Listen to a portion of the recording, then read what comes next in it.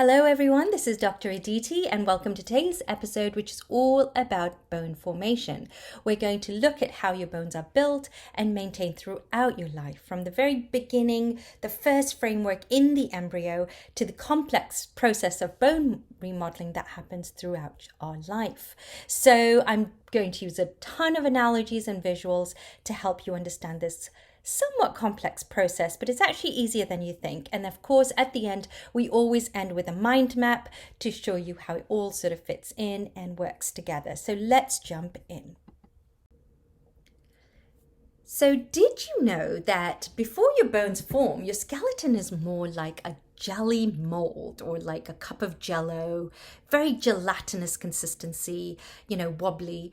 And this actually is made up of fibrous membranes and hyaline cartilage.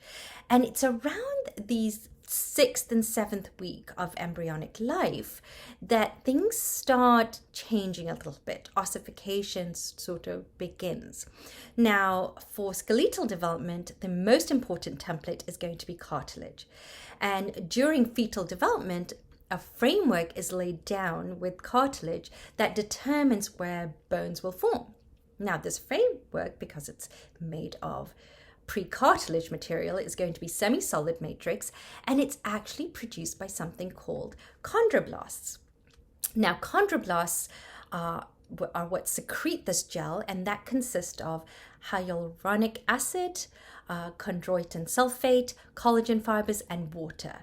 So you can imagine it's sort of the semi-solid matrix that's semi-fluid, right? And then what happens is the chondroblasts with the gel together form what we call chondrocytes. And this is going to be sort of the scaffolding of how our body, is going to develop the framework of our body, sort of like almost like a blueprint for a building, right? And then throughout fetal development and into childhood growth and development, bones are going to form on this sort of cartilaginous matrix. So it's funny because your actual framework is actually like jello, right? It's a little bit more solid than that at this point. But by the time the fetus is born, most of the cartilage is going to be replaced with bone, and then additional cartilage will be replaced throughout childhood. And some cartilage does remain in our adult skeleton. So that's essentially how it happens. But remember, cartilage is sort of the blueprint for bone development in human body.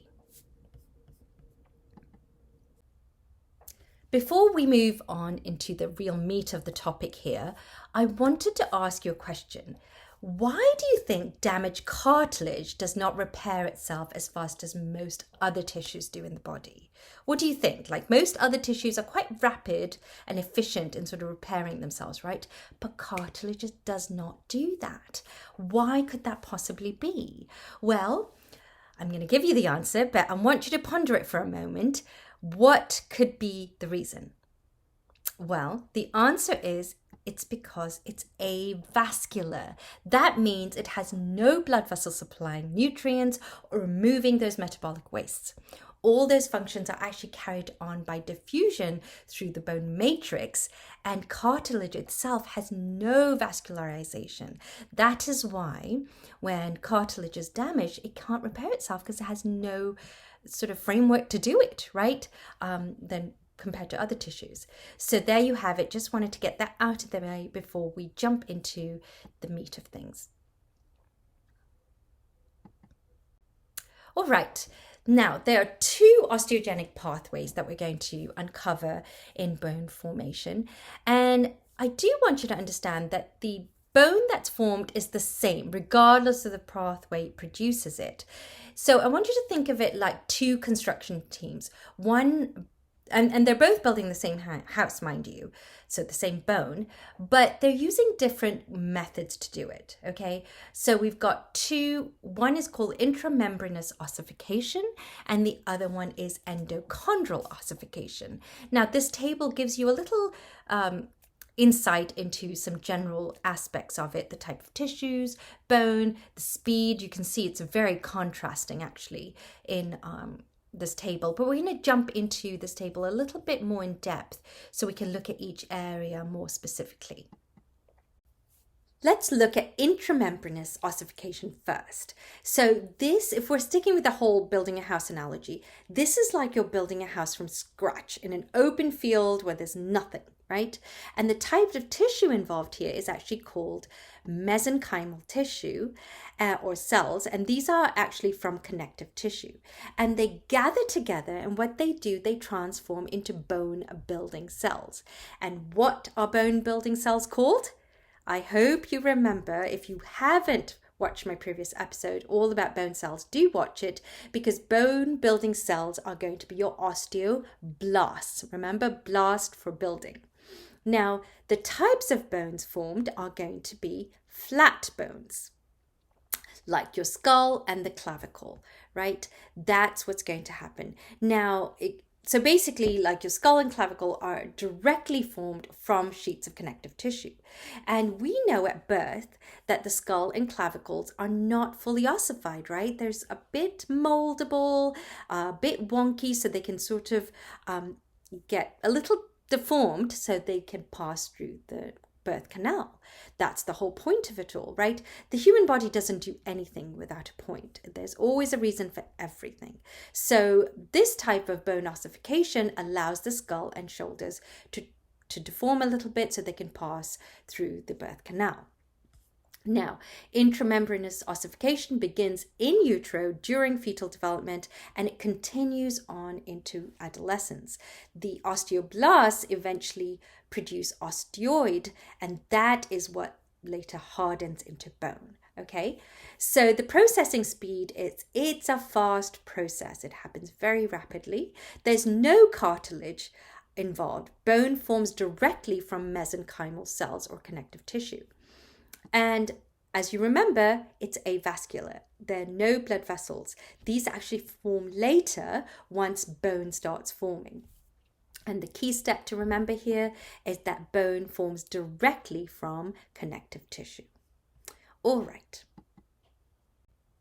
Now, let's take a look at intramembranous ossification, but at a cellular level.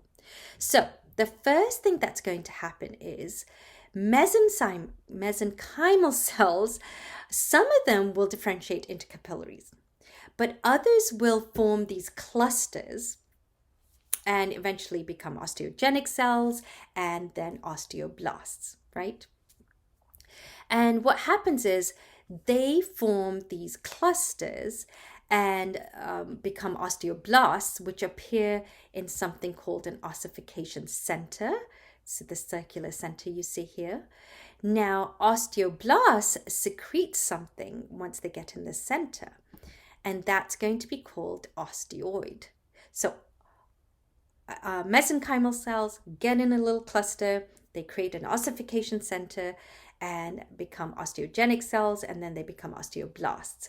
Osteoblasts secrete osteoid, which is an uncalcified matrix. Now, this only hardens when mineral salts are added to it. So it's not quite hard when it's first released, right? But within a few days, as mineral salts deposit, they get very hard. Now, osteoblasts are not very bright. They're builders, but they're not very bright.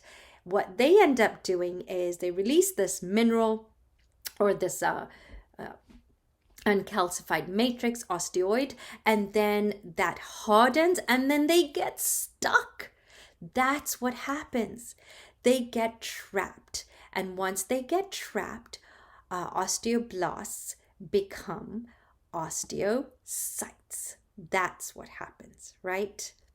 And, you know, it's easy to remember this. I think of osteocytes like they're still trying to claw their way out because they're trapped, right? That's how I sort of remember it. But anyway, now what happens is the osteogenic cells that became osteoblasts are now osteocytes, right? They got trapped and stuck. So what the osteogenic cell does now, it tries to replenish what it's lost. So it will create new osteoblasts to replace them. That's essentially what happens next. Okay, now Osteoid, the unmineralized bone matrix, is also going to be secreted around the capillaries in the middle of the bone, like the medullary area. And this results in the trabecular matrix, i.e., spongy bone. Remember that? And so some osteoblasts are going to be on the surface of the spongy bone, and then some are going to be in the middle, right? And the ones on the surface are now going to become periosteum, right? And then the ones that are in the middle are going to be part of the trabecular matrix. And that's sort of what happens there. So now we've got all those components. Now, compact bone develops. How does that happen? Well, basically, the superficial layer of the trabecular bone becomes compact bone. And then the other layer, which is basically the trabecular bone area, that is where a bunch of blood vessels sort of condense, and that becomes red bone marrow. So there you have it. We start with a cluster. The cells basically become osteoblasts. They release osteoid. Osteoid basically gets calcified or hardened, and the osteoblasts get trapped and become osteocytes. And then the osteoid that the osteoblasts release also creates trabeculae in the middle, in the bone marrow area or spongy bone area. The top of that becomes periosteum, and the middle of it becomes spongy bone, where there's red bone marrow. So hopefully that makes sense. I know that was a lot. All right, now it's time for endochondral ossification. Now, remember intramembranous ossification was like building a house from scratch? Well, endochondral is the opposite. It's like you have a house and it just needs to be renovated. So you're renovating an existing structure. Here, bones replace a cartilage model. Like, for example, your long bones. So everything starts with cartilage, and then things like your long bone, femur, for example, is going to form this way. So it's a longer process, right? And it starts with chondrocytes, which are cartilage cells, and these eventually get replaced by osteoblasts that grow and harden. Okay, and you can imagine the process is much slower than intramembranous. So it's basically the opposite almost. And cartilage forms first and then is replaced by bone. And remember the other one, intramembranous, there's no cartilage at all. And of course, this one does have blood vessels that grow into the cartilage when bone starts forming, right? And over time, basically, the cartilage is replaced by bone. All right, so let's look into it a little deeper now. Endochondral ossification is a little different. Well, actually a lot different. So we're starting with cartilage in this situation. So before bones are actually formed, the body first makes a soft model out of cartilage, like a template. And the cartilage doesn't become bone, it actually gets replaced by bone, right? So the first step is going to be mesenchymal cells that differentiate into chondrocytes. And they basically make a perichondrium, which is the second step, which is basically this covering or membrane that covers the cartilage. And then more matrix is produced, and the chondrocytes go to the center of this cartilaginous model, and they start growing in size. And you've got to remember here that cartilage doesn't have any blood vessels, remember? So all the nutrition is actually going to come from the body via diffusion. So up until this point, they're getting nourished by the body via diffusion. However, now what happens is the matrix around it calcifies. So now the chondrocytes that are in the middle cannot get any more nutrition. So they die right in the middle. And now we've got another problem. How do we nourish this cartilaginous sort of bone without any blood vessels? Well, this is where blood vessels start invading.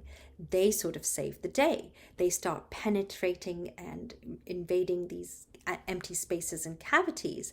And not only do they enlarge the cavity, nourish the cartilaginous bone, but they also carry something very important with them, osteogenic cells. And these osteogenic cells is what we need, because we need them to make osteoblasts, which make bone, right? So we need that. So as the cartilage grows, the capillaries start penetrating it. This penetration also triggers something else.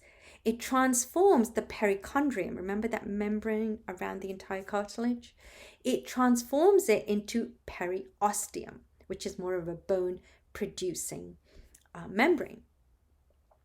So here the osteoblasts form a periosteal collar of compact bone around the cartilage. And this happens in the diaphysis area. Remember that diaphysis is the long shaft of bone. It's in the middle. So by the second or third month of fetal life, bone cell development and ossification ramps up and creates this sort of primary ossification center. I can't talk. It is a bit of a mouthful. Anyway, so this is happening deep in the region of the periosteal collar, right? This sort of ossification is ramping up. However, the ends of the bone, the epiphyseal areas, are still working. The cartilage and chondrocytes are going to continue to work in these areas. And that is actually what lends to the growth of bones, the length of bones, right? At the ends. And then what's going to happen is there's a secondary ossification center that develops, and that's going to happen at the epiphyseal plate, right? Remember that little area between the epiphysis and the diaphysis? It's like a line that you can see sometimes in x-rays. And it's obviously going to be more prominent in children than in adulthood because the plate becomes just a line later on. So this becomes the secondary ossification center. So do you see what's going on here? In the diaphysis, there's compact bone developing, and in the epiphysis, basically bone growth is occurring there too via chondrocytes and cartilage. So everything is growing, right?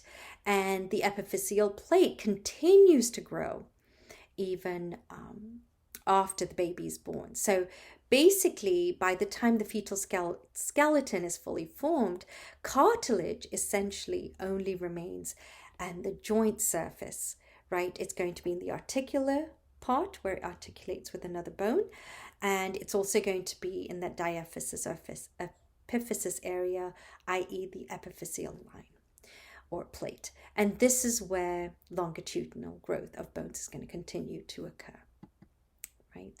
So that's essentially a summary of endochondral ossification. If you look at it slowly and sort of go over it, it really does make sense. And it's not as complicated as it looks, I promise.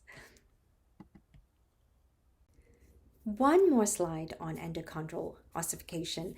It's almost like a summary and synopsis of it all, because I felt like the previous slide, which is great information, it might be a little overwhelming. So I don't want to overwhelm you.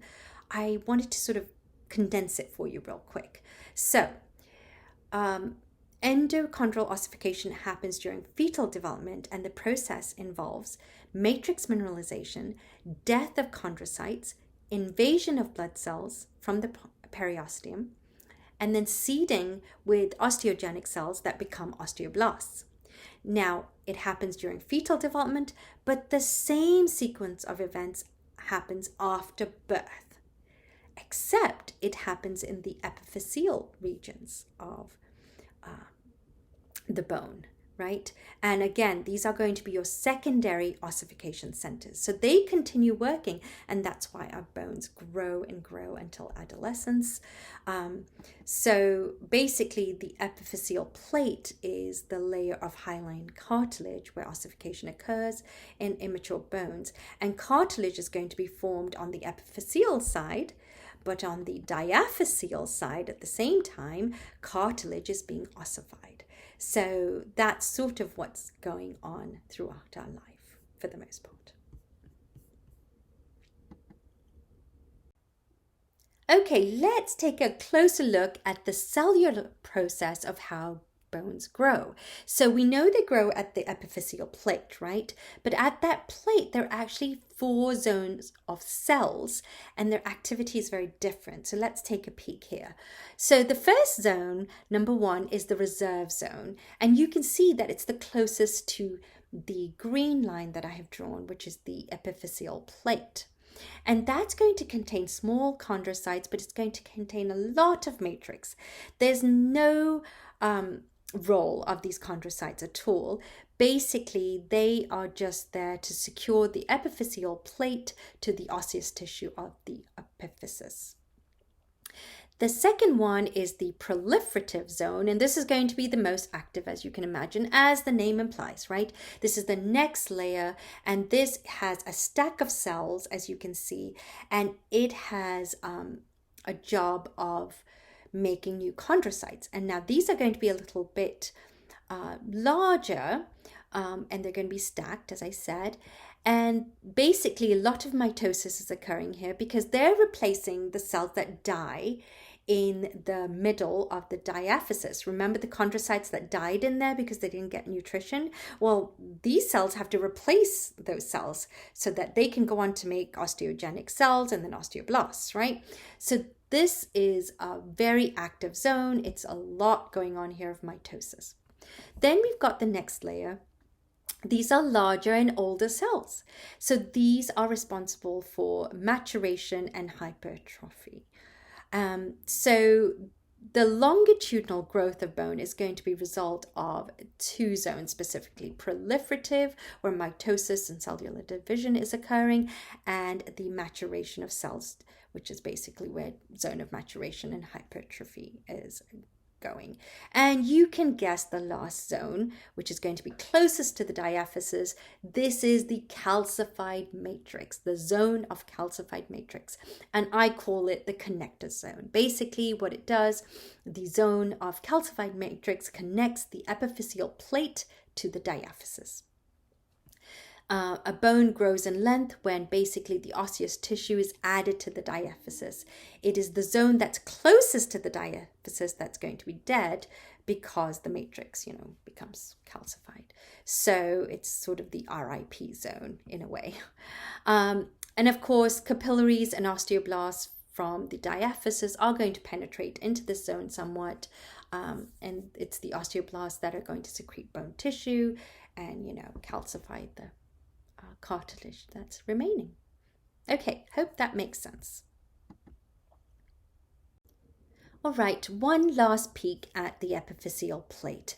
I just wanted to create a distinction between epiphyseal plate versus epiphyseal line. Say that 10 times, it's a mouthful, but anyway. The epiphyseal plate is a lot like the conveyor belt of bone growth during childhood, right? Cartilage is being added on one side of the plate and then bone replaces on the other. So it's this nice cyclical process that allows our bones to grow in length all the way until early adulthood. Now, the rate of growth is determined by hormones and it's going to be very individualized.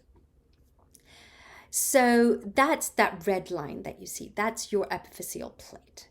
Now, when growth has ceased, like when you're in adulthood, the chondrocytes in the epiphyseal plate stop dividing, stop proliferating, right?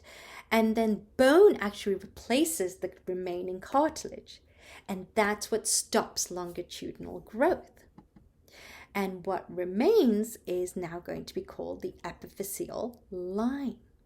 So that's the remaining. So if you look at x-rays, you'll see the epiphyseal plate quite prominently in young children.